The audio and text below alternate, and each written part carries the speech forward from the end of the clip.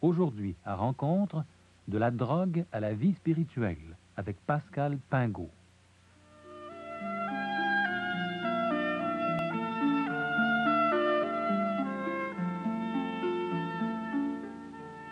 Pascal Pingot était, en mai 68, un jeune anarchiste. Il a cherché la vraie vie dans le marxisme, dans la drogue, dans l'art et dans les philosophies orientales. Il nous raconte aujourd'hui comment il en est arrivé à changer de vie et à fonder une importante communauté, le Pain de Vie. Pascal Pingot est interviewé par Marcel Brisebois.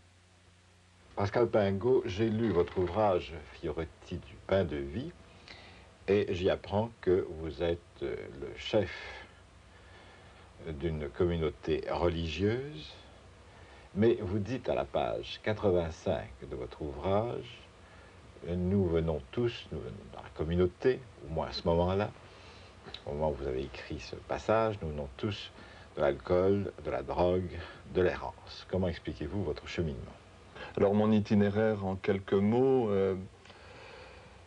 effectivement j'ai parcouru ces chemins que vous avez décrits et pas mal d'autres, la recherche dans les idéologies marxistes en particulier, et puis celle plus violente de l'anarchisme.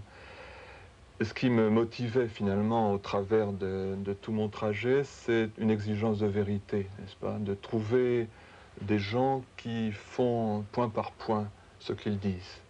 Je les ai cherchés un peu partout, jamais trouvés jusqu'au jour où... Mais comment pouvez-vous exiger cela des autres? Est-ce qu'on ne se rend pas compte finalement que nous-mêmes, nous sommes dans l'impossibilité d'accorder nos actes à notre parole? C'est ça. Enfin, votre exigence, donc, en d'autres mots, c'est un peu une exigence de jeune. C'est ça, je pense que c'était le cas. Hein. La période dont je parle, j'avais 18 ans. On peut pardonner cette exigence un peu surfaite, qui ne comprend pas réellement encore la Pardonnez, réalité. je veux bien, mais est-ce que vous avez trahi cette exigence de votre jeunesse? Pas du tout, non, je peux m'en expliquer. Donc, je ne pensais pas à cette époque que la grande question pouvait m'être renvoyée, n'est-ce pas? Je la focalisais sur les problèmes sociaux, sur l'environnement, les parents, la société des adultes de l'époque. Et en fait... Ça, c'était les années 68, si je ne me trompe pas. C'est ça, hein, j'avais 18 ans, 68, vraiment le bel âge pour... Vous étiez très engagé dans cette contestation? Très, très, très. Et dans les mouvements à l'époque les plus systématiques. J'étais membre d'un groupe d'anarchistes qui étaient de la génération d'au-dessus, souvent des réfugiés de l'Espagne. Voilà, donc des hommes qui déjà avaient vécu un activisme il y a un bon moment et qui poursuivaient en France leur action. Donc je m'étais engagé auprès d'eux. C'était un petit peu une école pour cette mise en route de 68. J'ai démarré avec eux vers l'âge de 16 ans. Donc j'étais déjà un petit peu équipé à cette période. Et qu'est-ce qui vous attirait chez eux? Le radicalisme, une certaine apparente vérité, parce que j'ai très vite fait le tour aussi de tous ces courants idéologiques ou du monde de la toxicomanie. Ce qui m'attirait, c'était à chaque fois... De façon intellectuelle ou de façon pratique? Ah ben de façon très pratique. À chaque fois, je m'y engageais totalement. Hein. Chaque étape, c'était un engagement total de tout mon être, jusqu'à une dégradation physique assez forte, hein, au moment où j'ai achevé mon parcours de toxicomane et d'alcoolique, n'est-ce pas? À chaque fois, j'y allais à fond, corps et âme, mais toujours avec un point fort, hein, cette recherche de la vérité. La vérité avec un grand V. Avec un grand V. Qui était pour vous quand même pas, si je vous comprends bien, une vérité abstraite, qui doit être une vérité pratique. Pratique, oui. Existentielle. Voilà, engagée dans le concret de la vie. Je suis de milieu ouvrier, je me suis posé très tôt les grandes questions des inégalités sociales. J'étais suffisamment informé pour m'enquérir de ce qui se passait dans le monde et voir que des choses ne fonctionnaient pas tout à fait. Votre épouse est associée à votre évolution? Absolument, oui, d'étape en étape, enfin, au travers notre évolution politique, et puis également au travers de... elle a parcouru plus difficilement le moment où moi-même je m'engageais dans la drogue, dans l'alcool, dans ces choses-là. Comment on sort de la drogue, de l'alcool, dans votre cas? Assez différemment de la plupart des cas. Vous savez que c'est un monde difficile à quitter. C'est un monde qui retient. Je crois que j'ai reçu beaucoup de ma femme à ce moment-là, au moment où j'ai été amené à quitter, donc par désir de... Bon, je peux dire qu'un certain nombre de mes amis de l'époque sont morts, hein. Morts de overdose, morts dans le suicide, morts de violence, ou morts psychiques par la maladie mentale acquise, n'est-ce pas, par l'usage trop abondant de la drogue, hein. Et moi-même, je suis arrivé mal en point, hein, après une période de long voyage. Je pesais 48 kilos, j'étais déjà assez loin. Et c'est cette grande question existentielle, quoi. Pourquoi je vis? Est-ce que ma vie vaut le coup, hein? Et bon, c'était la rencontre finalement avec ma mère d'abord, qui m'a, comme ça, dans la même situation où nous sommes, qui m'a simplement regardé quand je revenais, qui m'a dit « fais attention à toi ». Tout en tricotant. Elle était quand même discrète, votre mère. Oui, ou sage. Et puis ma femme, qui à ce moment-là a cherché à me revoir. C'était pas un cadeau, mais elle m'a choisi comme ça. Voilà. Puis je pourrais ajouter une troisième femme, mais que j'ai rencontrée après, c'est l'Église, qui a été pour beaucoup aussi dans cette croissance. Alors comment c'est arrivé? Eh bien, de la même manière, hein, le témoignage de deux jeunes qui avaient parcouru un itinéraire proche et qui nous ont frappés, ma femme et moi, par la cohésion entre ce dont ils témoignaient, à la fois par la parole, mais aussi dans le concret de leur vie. Des gens qu'on voyait tout à coup changer, épanouis, joyeux et croyants. Donc c'était le temps d'une nouvelle question, hein. Ces gens normalement constitués, intelligents à peu près comme nous, ayant fait des études, est-ce qu'on peut balayer simplement d'un coup de coude ce témoignage? Oui, mais enfin, il doit bien y avoir quelque chose d'autre, parce que probablement que d'autres de vos camarades ont pu rencontrer également les mêmes personnes et rester indifférents à ce qui a été pour vous quelque chose d'important. Tout à fait, hein. Pour moi, je peux communiquer ce qui a été ma rencontre en profondeur. Donc vous savez déjà que je cherchais l'identité de la parole et des actes.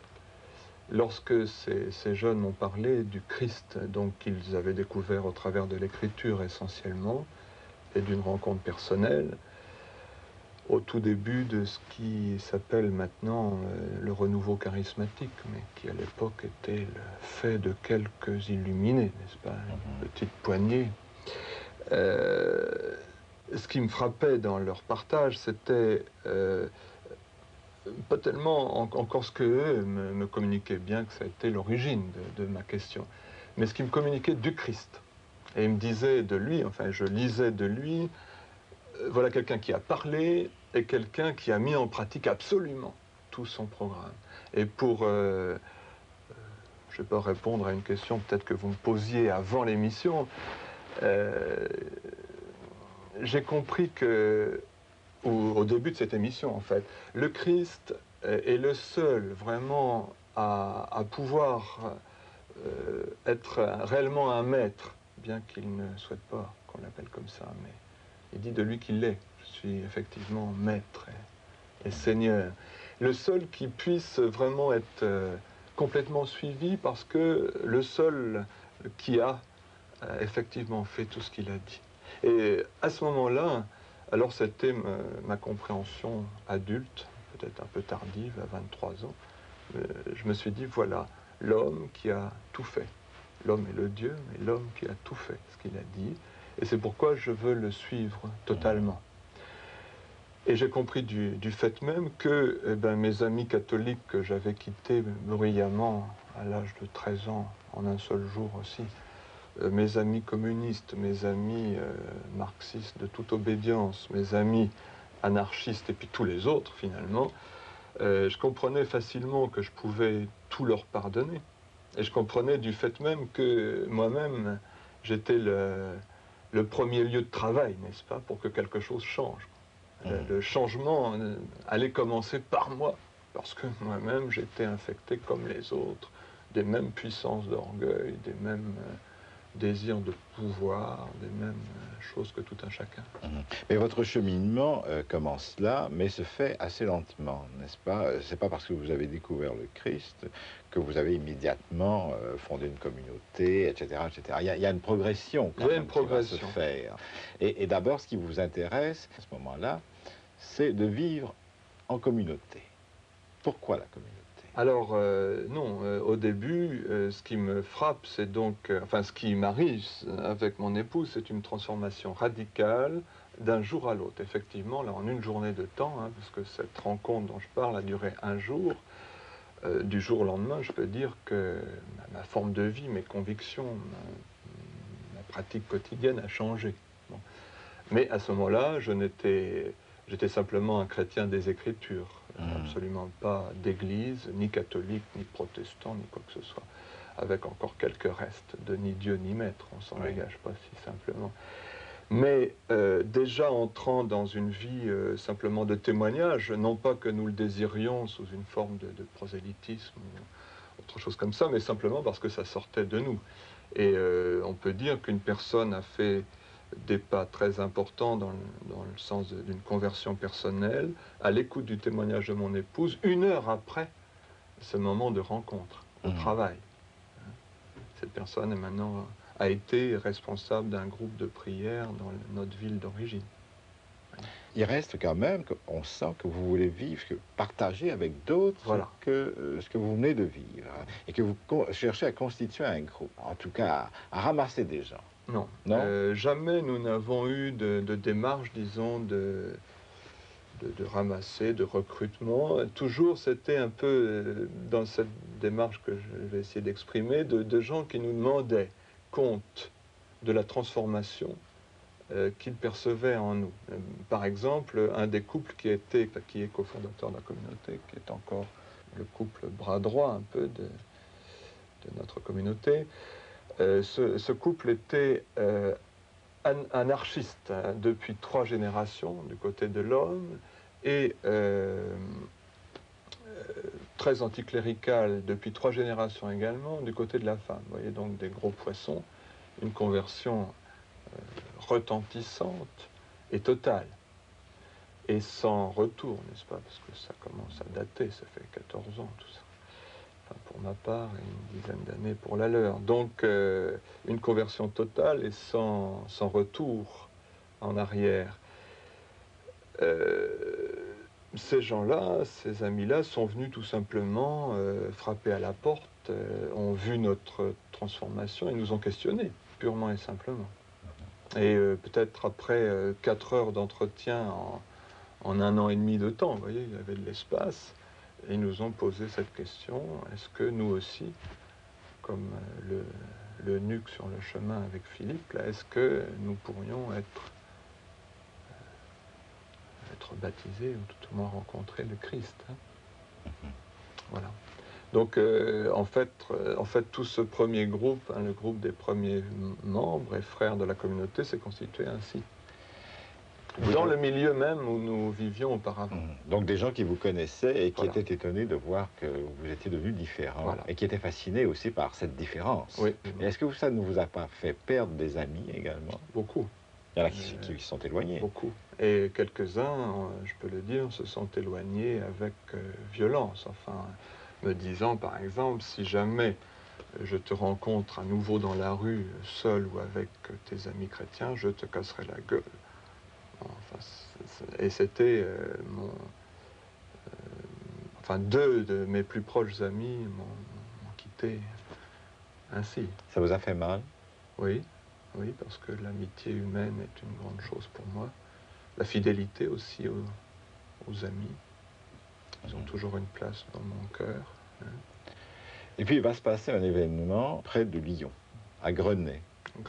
Et vous dites que ça même, c'est à la page 85 de votre ouvrage, vous dites que c'est l'événement fondateur. Qu'est-ce qui s'est passé?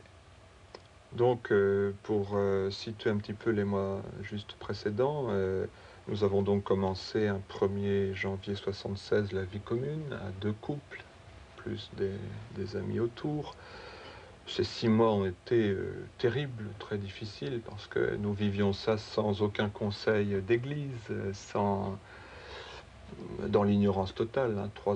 3 générations d'athéisme, ça ne favorise pas la culture chrétienne. Et moi-même, avec mon épouse, on était assez pauvres en savoir ecclésial, n'est-ce pas? Et on a donc failli se quitter, et c'est donc peut-être 6 mois après les débuts que on a commencé à se poser des questions graves. Les frères du groupe du début, donc une trentaine de membres en dehors de la communauté de vie qui nous entourait, cherchaient que quelqu'un prenne la responsabilité du groupe. Il n'y en avait pas à cette époque.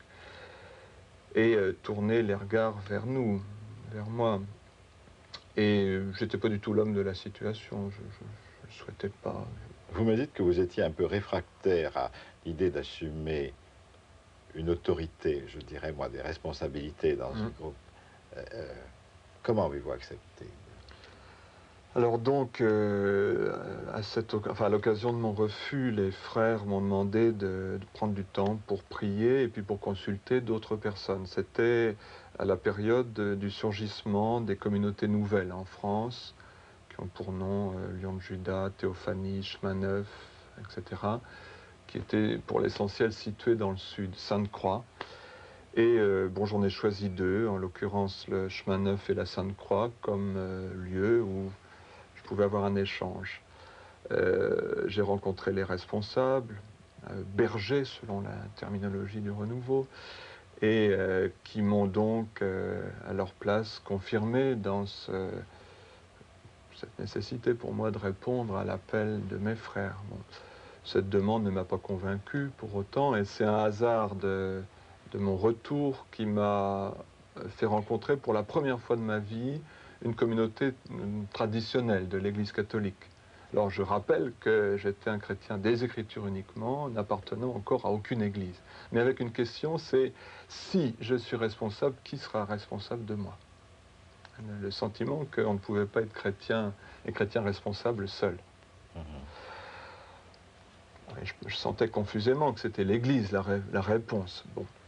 J'arrive chez ces petits frères de la famille spirituelle de Charles de Foucauld.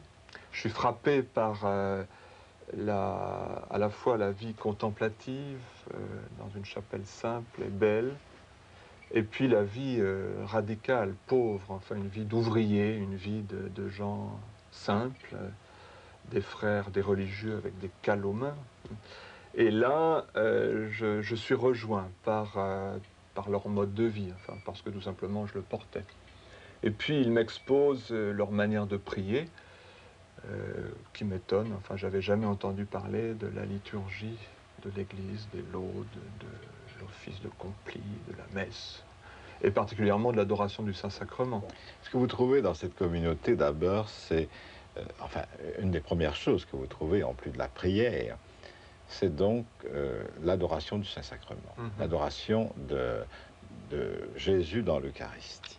Et ça vous a frappé, et ça va devenir important pour tout le reste de la vie de votre communauté. Alors ça s'est passé de cette manière. Dès le premier matin était proposé un temps d'adoration avec le Saint-Sacrement exposé dans la chapelle à 6 heures. J'y vais, n'ayant pas de raison de ne pas prier avec eux, mais sans aucune conviction sacramentelle et eucharistique en particulier. Je suis étonné de voir le prêtre poser l'ostensoir et l'hostie sur l'autel. Je me prosterne comme tout un chacun. Autour de vous? Oui. Pour ne pas vous différencier. Oui, ravi même, parce que ça évitait peut-être de percevoir l'étonnement sur mon visage. Et c'est à ce moment-là que une vision se développe devant moi, avec donc dans un bref moment le visage du Christ que j'ai vu là. Et puis le développement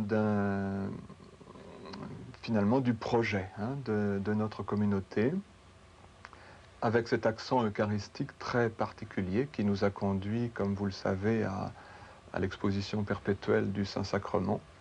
J'ai su à ce moment-là que le Christ était vraiment présent dans l'Eucharistie, sous les espèces du pain, et que ce cadeau était fait très spécialement à l'Église catholique, qui dans sa tradition l'a toujours accueilli et reconnu dans sa présence réelle et constante. Que de ce fait même, je devenais catholique, à l'instant même. Que ce qui m'était montré et dévoilé à ce moment-là, il m'était demandé de le confier à un évêque. Je ne sais pas très bien ce que c'était. Ce que ça fait dans la vie. Oui. Et bon, etc. Et il y avait finalement contenu dans cette heure, alors je ne sais pas combien de temps cet état a duré, enfin, je pense qu'il a occupé toute l'heure d'adoration. Et j'avais donc en moi ce projet extrêmement précis, avec un phénomène curieux, par exemple, parce que je sais que ce saint a de l'importance dans votre pays, peut-être même à Montréal. Il y avait dans cette vision la présence non visuelle de Jean-Baptiste, le prophète, celui qui a montré l'agneau, que je ne voyais pas mais que je savais là, et qui m'indiquait finalement le mode de vie qui devait être celui de notre communauté. Donc mode de vie pauvre, pénitent, disparaissant d'une certaine manière, pour laisser la place au Christ seul. Il faut qu'il croisse et que je diminue. Et quand vous racontez cet événement, vous ajoutez, c'est à la page 46 de votre ouvrage, vous ajoutez que vous faites également la découverte de l'Église, et pas de l'Église catholique, romaine, etc. C'est quand même étonnant. Vous venez de l'anarchie, vous venez justement d'un milieu, où en tout cas vous avez comme ambition de joindre la parole aux actes, et justement une des choses que l'on dit souvent, il m'est facile de croire en Jésus, mais l'Église est un obstacle. C'est sûr. Peut-être que j'en ai tellement découvert le cœur profond au cours de cette vision que j'ai, dans le même mouvement qui était le mien, pardonné aussi tous les manques du corps. J'ai rejoint ce qui était l'essentiel, le vrai, le profond, cette présence sacramentelle du Christ au cœur de l'Église, et à ma place bien sûr, mais cette présence m'était confiée. M'était confiée. Qu'est-ce que vous entendiez? Eh bien, au travers de cette vision, je savais que j'avais le choix, n'est-ce pas, de dire, bon, très bien, ou donc de passer mon chemin, ou bien de recevoir d'une certaine manière entre mes mains ce cadeau dont je devenais responsable. Ça, c'est la boucle qui se boucle. J'ai compris aussi à ce moment-là une chose essentielle, c'est que la responsabilité que les frères me demandaient, c'était pas une responsabilité au niveau des âmes, c'est le rôle des pasteurs d'âmes, ou au niveau du temporel, parce que je ne suis pas le meilleur, loin de là là-dedans. Mais c'était cette responsabilité de ce dépôt que Dieu me faisait à ce moment-là. Et peut-être le résumé de cette vision, c'est eh bien oui, je te confie mon fils. Alors quand l'Esprit de Dieu me signale ça, c'est pas uniquement pour mon usage personnel, n'est-ce pas? C'est une sorte de vocation de fond de chaque baptisé, n'est-ce pas? De recevoir. Et donc votre communauté sera pas simplement une communauté, disons, de recherche, de filles et de garçons qui cherchent quelque chose, mais ce qui va la caractériser, ce sont ces deux axes, le culte de la présence de Jésus dans l'Eucharistie, et d'autre part, une fidélité à l'Église. Voilà. Et puis alors des choses très importantes qui étaient contenues aussi, la pauvreté évangélique, hein, c'est-à-dire mettre en pratique, alors là on rejoint encore une de mes recherches passées, c'est mettre en pratique vraiment l'absolu de la parole de Dieu. Cette parole, par exemple, adressée au jeune homme riche, nous sommes tous jeunes, un peu riches, si tu veux être parfait, donc cette question de Jésus, hein, une question, pas un ordre, peut-être en réponse à un désir, si tu veux être parfait, va, vends tout ce que tu as, donne-le aux pauvres et suis-moi, je ne te donne pas le programme, hein. Je te donne simplement la clé d'introduction à suivre pleinement mes voies. Alors des paroles comme ça, nous avons cherché à les mettre en pratique, fondées aussi sur la lecture d'Actes de 42, la première communauté chrétienne. Et nous savions assez de choses pour penser que des familles également avaient fait cet acte irréaliste de vendre leur propriété et de la porter à l'époque au pied des apôtres. Si j'essaie de résumer un peu, donc très jeune, une soif de perfection, d'unité, l'expérience de la désintégration et finalement la compréhension que cette unité ne peut pas tenir à vous et venir de vous, mais qu'elle ne peut être que donnée et venir d'un autre, et que tout ce que vous avez à faire, c'est de vous rendre disponible. Voilà, je crois que c'est un bon résumé. Ça résume, oui. Très bien. Pascal Pingot, je vous remercie. Rappelons que Pascal Pingot, autrefois anarchiste et drogué, a publié avec sa femme Pain de vie, pain des pauvres, avec une préface de Jean Vanier, où il raconte leur expérience avec les sans-voix, les sans-culture, les sans-moyens. Pascal Pingot a aussi publié chez Fayard Fioretti du pain de vie, des anecdotes souvent fort étonnantes relatives à la communauté qu'il a fondée en 1976 et qui a essaimé un peu partout dans le monde, et Le chemin des béatitudes, une vie illustrée de Saint-Joseph Benoît Labre.